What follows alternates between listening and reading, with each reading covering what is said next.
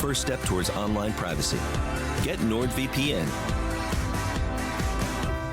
I invested £25,000. Today, that investment is worth £5 million. Say hello to our hero, the Hydrogen Energy Release Optimizer. Limitless power, zero emissions. Hi everybody, this is Crypto Rich. You are about to watch one of a series of videos that I recorded with Laura and Nina. Now with Laura, I did a 2-hour conversation, which is on her channel, and I shall link to that in the description below. The video that you're about to watch is a portion of that conversation, so I'm breaking it up into several portions. And in each of these segments, I cover different issues. We talk about what I do as a child protection social worker. We talk about home education. We talk about how what I call pedo sweets are still being sold in the children's sweet sections of British supermarkets. We talk about what Bitcoin is and some of the basics of Bitcoin and money. And we talk about why I think the Great Reset is failing. And if you like this section, or if you know anybody who might find it useful, please pass it on to them. One of the ways we can get past the censorship that's going on is by sharing amongst ourselves. Please leave comments, likes, follow me on Twitter, CryptoRichYT, and join my official Telegram announcements channel. Enjoy. I'm here with Crypto Rich, and we're not just going to be speaking about crypto, but that's what you're known as. And I came across Richard, is it Richard? Yeah. Rich. Rich. I came across Rich on someone sent me the Richard Vobes live you done, where you mentioned my name because you saw a video of the pedo sweets in the supermarkets where I was ranting and screaming. Now, I came across that on a video. I think it was the ladies I'm not sure who it was. Must have been the ladies in Wales. And obviously I wanted to go and see for myself if this was true. I was like, whoa, I need to check this out to see if it's true. And I couldn't believe it. And that's why I was like, oh my God, I can't believe this. And that recording, shockingly, went quite far, which I'm really glad about, because I've always said it's not about who gets there first, but it's about spreading as much awareness as possible. And then you picked it up and done the same thing. Yep. Laura, I was really inspired and enraged by that video. I thought, who is this? Who is this? I want to reach out to her. And eventually I found you, but there wasn't a way of contacting you through your YouTube channel that I could work out, right? And then I know Richard, I've been on his channel before. So I reached out to him and I said, look, can we squeeze this in? I know you're really busy, because he does 2 videos a day, right? And he was so generous that he fitted me into his schedule, and we did this video. And I thought, well, I got to give a shout out to you and acknowledge you, because you're the one that made me aware of it. So yes, and thank you for reaching out, and it's thank you for inviting me to be on your channel. And this will also be on my channel at some point. Yep. But I really appreciate it. Thank you. That's fine. And what I'll do at the end is I'll put the links on here to your channel so people can contact you and come and sort of follow you and etc. So what was your story? Because it was through you that I learned a few legislations. So yes. You went out and checked it for yourself and managed to have a win. Yes, a temporary win, because I went there a couple of weeks later. Before I go into that, I just want to say to people that they can find me on bit.ly/CryptoRichOdyssey and bit.ly/CryptoRich3Speak, which are censorship-resistant vlogging platforms. I'm also on YouTube, but I get shadow banned there. And I'm also on Twitter at CryptoRichYT. Okay, so I saw your video, and I went to a local Sainsbury's, and I saw and I spoke to the manager. And for people who don't know, what I said to the manager is the 1989 Children's Act says, you've got to protect children from risk of significant harm. So it's not just significant harm, but risk of significant harm. Like, it wouldn't do if someone was going to have Jimmy Savile babysit their kid that evening. No, that's risk. That's enough risk, right? And then also the Sexual Offences Act 2003. And I didn't have the specifics, and he agreed to take them off. And then I actually work as a child protection social worker, and that's what I'm qualified as. And I contacted a few social worker friends of mine, including a former police officer who's now a social worker, and he sent me a screenshot, Section 10 of the Sexual Offences Act, which makes it a criminal offence to entice or induce or in any way encourage a child under the age of 16 to engage in sexual activity. So then a couple of weeks later, I went back to that same Sainsbury's, and there they were, the sweets again. And I haven't done a video about this. This is the first time I'm talking about it on video. And this time I was like, okay, I'm going to make more of a scene, because I'm not shy. And I wasn't shouting. I was just speaking with an intention to be heard. So I walked up to this is a Friday evening. I walked up to where the tills were and I said, excuse me, can I speak to the manager, please? Look at these sweets. Look what it says. Sex and sweets go together. Isn't that disgusting? I was saying to and nobody in particular, and a couple of guys walking past, oh, that's it. That is disgusting. I said, yeah, it is, isn't it? And then one of the staff called the manager over. The manager came over and I said, look, have you seen these? Sex education. There's condoms on there. And look what it says on the back. And this is in the children's sweets section. Can you remove them, please? And he said, no, I can't remove them. And I said, well, you can. And he said, no, you've got to, if you're unhappy with them, you've got to contact head office. And I said, well, fair enough, but and I showed him the screenshot. Section 10 of the Sexual Offences Act, 2003, says it's an offence to entice children to engage in sexual activity. And you could be personally liable because you got them in display. And he goes, no, I'm not going to be personally liable. I make the decisions, I follow what head office says. And I said, well, you now know the law. I've told you, and you can't just say you're following orders. That's no defense. And he goes, well, look, it's still not down to me to remove them. You got to contact head office. And then I said to him, have you got kids? He said, no. I said, what about nieces and nephews? He goes, no. And then he said, I'm an only child as well. I mean, credit to him, right? Credit to him. And I said, look at the stuff on the back. It shouldn't be for kids. You should put them up with the dark chocolate. Yeah, where nobody goes. But with kids and stuff. And he said, well, you got to contact head office. I said, no, I don't. I said, you have the power to remove goods if they're damaged or if a customer makes a complaint. I am making a complaint. He goes, all right, I'll remove them. Oh, fantastic. So I haven't been back there. They may just put them back on. Some other manager comes in, puts them back on. Right? No. You give enough people, make enough noise.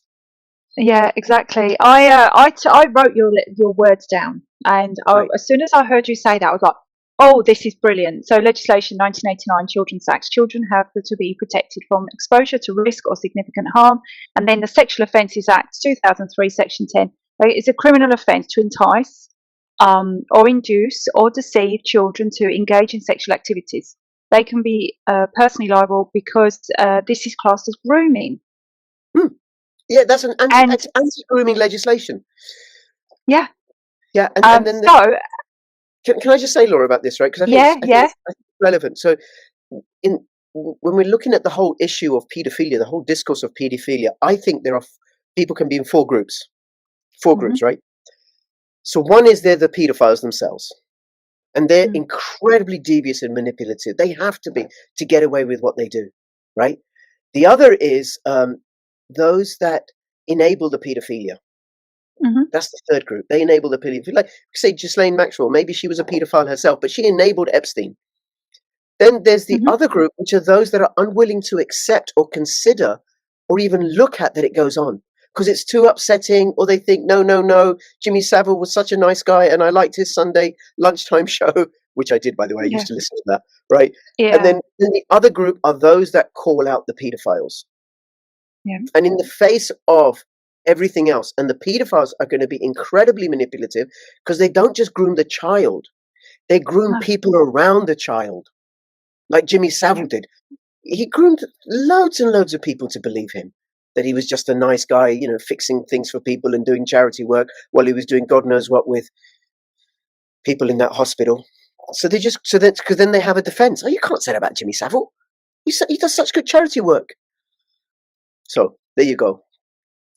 So it's true, and you're right. They are very, very clever. In fact, as much as I can't stand the celebrity here, obviously for many, many reasons, but Oprah Winfrey made a speech on one of her shows once. I just caught a clip of it, and she said a good groomer will make it so that the child enjoys it, and that's the danger of it. That is the actual danger, is when a child becomes it becomes like they become accustomed to it and they start to enjoy it, and that's when you have groomers that are really good at it, and so then it's like a game. It's like something that they fall into the prey of not realizing that they're being abused.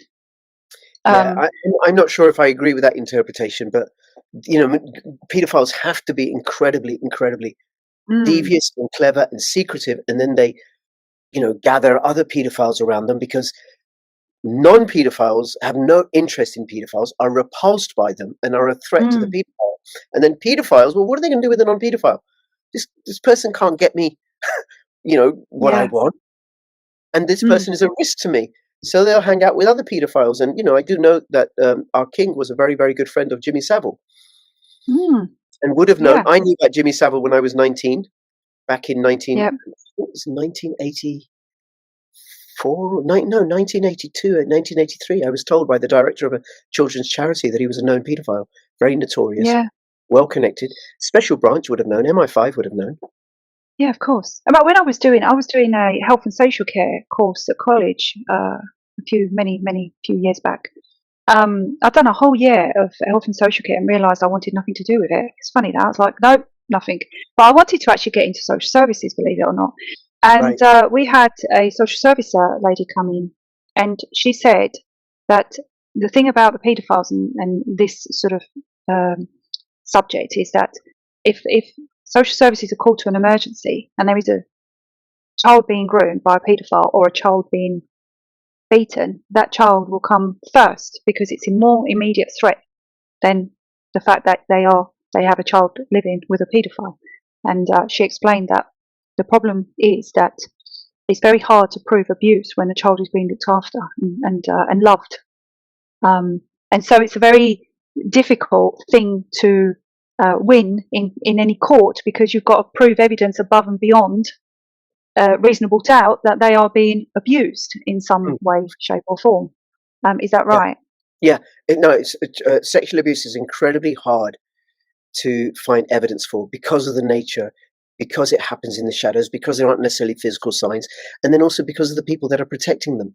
I mean, one of the things I want to say is about the whole conversation about the grooming gangs, the Pakistani grooming gangs, in Blackpool or somewhere in northern England. And it's used by organizations like the BNP to stoke hatred against Muslims and Pakistanis. And by the way, I'm Muslim and I'm Pakistani, and I'm a child protection social worker.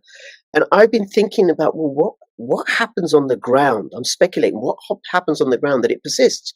Because if I'm a social worker and I come across this, well, I will, something like this, sexual abuse or whatever, I will share that information with my manager, like I do with all the cases that I'm working on. And I get feedback and ideas on what to do and where to take it. And then my manager, if it's a major thing, will feed it back to his or her manager. And if it's a big thing, it'll go all the way up the chain. And then it could go all the way up to the chain, if it's a really big deal, up to the children's minister or, somewhere in the Home Office or the Department of Justice. And then somebody up there who's compromised in some way or acting for somebody else, knowingly or unknowingly, passes the message down, and they might say, leave this alone, Interpol are investigating, MI5 are investigating, leave alone, leave alone, leave alone. So it comes all the way down to the frontline social worker who's got this instruction, leave this alone because Interpol or MI5 or big police investigation, they don't want you to ruin it. Well, that seems plausible and sensible. So it passes. And then the media produced this nonsense story that the police were afraid to act because they were afraid of being accused of being racist or something, or social workers. It's nonsense. It's a complete red herring. So that's my speculation on it. And I do know from a very reliable personal contact who's worked in government circles, and I won't say which government, it's not the UK, but I imagine it goes on, that how intelligence agencies will get compromising material on a politician or a judge, Yes. or a CEO, and then they're owned. Yes, owned. absolutely. I think most of them up there are owned. Yeah, because people can own, an MP can own up to being gay, they can own up to being an alcoholic, they can own up to being a gambler, they can own up to being unfaithful. Nobody can own up to that they've had sex with a child. That's it, they're owned. Yeah, And I absolutely wouldn't right. put And it in past fact, you won't put it Mossad, past. I wouldn't put it past Mossad or RAW or ISI or the CIA or MI6 or MI5 or any of these spy agencies, the FSB, I think the Russian one or whatever, to gun camera a child. Absolutely. But you're right. In fact, I think it was John Wedger done a documentary, didn't he? Out of the Shadows UK. Have you ever seen that? No. Do you know, Laura? Sorry, I'm so sorry. forgive me for interrupting. I actually find that those kinds of films and documentaries unpalatable. I can't, like the stuff in the newspapers when I read about some child being killed. I can't. Yeah, yeah. And I work in the field. Yeah, I absolutely get that. This wasn't a mainstream TV. This was one of Right. those. It would never have been shown. So you'd have to go to one of the ODYSEE or uncensored BitTube. sites. Yeah, and he was a policeman, and he exposed how high up in Parliament paedophilia goes. So Right. it was very, very interesting, and it's shocking. And down to the fact, I think even Maggie Thatcher knew about many of her cabinet members Yeah, being involved. Mm. Ted Heath was a paedophile. Lord Mountbatten was a paedophile. There was an interview David Icke did recently, which is on YouTube. I don't forget with who, but in that interview he said that Maggie Thatcher's father was a paedophile. Oh, So great. what was the name of that film again? Oh, it's I can send it to you at the end if you like. It's called Say Out the of the name anyway. Shadows UK. Out of the Shadows UK. Okay. It's it was good. It was definitely something.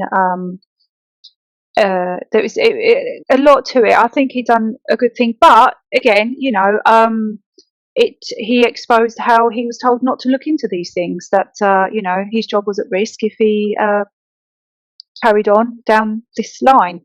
But the other thing I want to say is I've had an absolute. I mean, I cannot tell you how much stick and abuse. I mean, guys, if you want to go and have a look at my TikTok video and the comments. I know you don't have TikTok, but the comments on that little video of people absolutely abusing me, calling me a Karen, calling me this, they're only sweets. They're not for adults. It's not aimed at adults, and they're on the top shelf. What is wrong with you? So aren't adults allowed sweets? Children can't read. What was the other one? And in fact, just that store had them on the top shelf, but there was other stores that weren't on the top shelf. They were on the bottom or the middle. Children can't read, they can't reach, and it's to do with sex education, and it's not aimed at children. So, what do you think of that? I can give you my opinion, but I think you and I would both agree. So my question is, why are they designed in child-friendly packaging? Why are they on the second? I found them on the lower shelves. Even if they're on the top shelf, a parent could unknowingly, unwittingly, a 16-year-old could buy them, pass them on to a younger child. 9-year-olds can read. I said to the manager the second time around, I said, what if this 9-year-old buys these sweets because she likes this brand or whatever, and this girl's already been sexually abused? This is going to further traumatize her. So 9-year-olds can read. And then why on earth would anybody want a child to suck on a sweet that's shaped like a condom, like a child under 16? What is the logic in that? Sure, you want, some 16, 17, 18, 19, 20-year-old, I don't really want to suck on a sweet that's like a condom, right? no, it doesn't appeal to me. If adults want to do that, well, knock themselves off. We have to protect our children. So then put them in the adult section, next to the dark chocolate. Don't have them in child-friendly packaging, because the other thing that those sweets do is it draws children's attention, prepubescent children's attention, to that TV series. And have you seen it? No, I don't watch TV. Wasting enough of my Wow, life. I can't even. I wrote it down somewhere. I watched a trailer. If you go to YouTube and just watch the trailers, right? Yeah. It is shocking. Now, let me ask you something. I don't know if you guys. If we go on, one more response to the question. What would I say? Yeah. Well, I go back to these 4 groups of people. There are those that are the paedophiles and carry this out. There are those that enable it. There are those that ignore or pretend or can't confront it. And that there are those call it out. We get to say which group we fall in. And then, which group are you going to be? You're going to enable it? Is that what you're going to be? Or you're just going to ignore it? Or you're going to ally yourself? If you're not going to call it out, you're going to ally yourself with those that do call it out. Or perhaps you might be one of these, because nobody's going to admit to this one. No. You're right. You're absolutely right. But people can't see the bigger picture. They don't realise that this is a target on our children's innocence. And it's dangerous. It's absolutely dangerous. It's worse than that. It's not a target on our children's innocence. It is that. It's an assault on family. It's an assault on culture. It's an assault on society. It's an assault on religion and faith. Whether people have an active religion or not, or they're very liberal or atheist or agnostic, pretty much everybody has some sort of moral code. And it's an assault on that. Those children who are for whatever reason, sexualized by the stuff going on in schools. They go home, they visit that play upon their younger brother or sister or the kid next door, and now you have sexual abuse in that household where it wasn't an issue. It fractures those families. Those children grow up to become adults who are dopamine addicts and can be easily controlled and manipulated, unable to hold down relationships, all sorts of problems like drug use and promiscuity and dysfunctional relationships and poor academic performance. It does not make for a healthy society, which is why there's a pretty much universal prohibition against child sexual abuse. Yeah, and did you notice as well the children that when you have a child that can't quite, 8-year-old children can read, okay, even 5-year-old children can read. If they read the packet, and or maybe their older siblings will read it to him.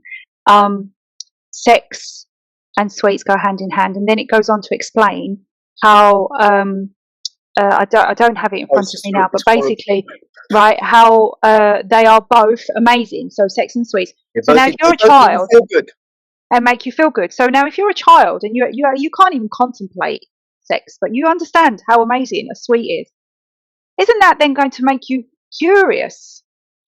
Well, what it does, it normalizes sex as part of normal children's discourse. That's what it does. It's the thin end of the wedge. There's no, wait a minute, this child doesn't have the emotional capacity, let alone the physical paraphernalia to engage in something like that. And it promotes promiscuity. It even had a condom saying "be curious," like it's really good to. Did you see that? Yeah, I know, right? Reminded, it's like yeah. So the show, I just want to give you one line from the show. It's about this boy who's like, high school, 16 or whatever, 18, I don't know. He goes to this high school and he's odd. He is odd because he hasn't kissed a girl until he was 16, so that makes him odd. He struggles to, it's really crude. I'm not even going to go there. But his mum she's a sex therapist. And she sat down, and I just couldn't believe this. Maybe I'm just odd. Maybe it's me. But she sat next to her son, who's like 16, and she said, I've noticed, now I can't get my words 100% right because it was a little while back, so if anyone can remember, I've noticed you've been trying to masturbate lately. Right? Now, what parents would say that exactly? Is it just me? Do you want to talk about it? She said. Can anyone here? But what healthy, wholesome teenager wants to talk about that with their own parents? You and I know, I think you'd agree with me, Laura. I don't care how many brothers or sisters you have. No. Our parents never had sex, as far as we're concerned. No. Never did. No.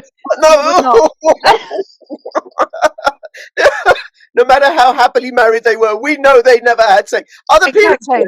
My friend's parents had sex. It's obvious. Look, there's my mate. Right? They made him. But my parents never had sex. It's true. It's absolutely true. But yeah, and that's it. And the show carries on, and it's all promoting promiscuity. That sex is just amazing, and that you should send. The other thing it promotes is sending, and this is something that I want to run by you. It's sending naked pictures of yourself, of your parts. It promotes that. Now, that's a criminal offence. That is a criminal offence to send obscene literature like that, obscene images across the internet by phone and stuff. I've actually worked with kids as a social worker who've been grilled by the police about this and warned by the police, you cannot do that. It's a criminal offence. So then this program is not only promoting sexuality. Okay, they're over 16, but now through these sweets, these 9-year-olds are going to discover this program and turn on Netflix. There it is, right? Mommy and Daddy are out shopping because, of course, they never have sex, right? So they're going to get exposed to this whole conversation, and then it's promoting this illegal activity. But the other thing, Laura, is it's done without any context, any context of relationships. Yep.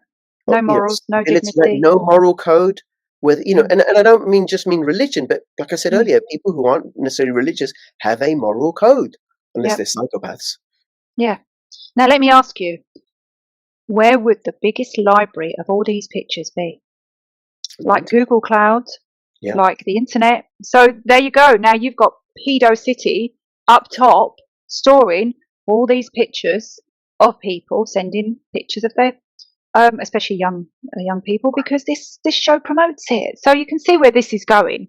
Yeah, but then what it does, you send some 16-year-old sends that image to a 15-year-old that they fancy. The 15-year-old hasn't watched this program, doesn't know anything about it, and now the 15-year-old has got these sexual images on their phone, Yep. uninvited.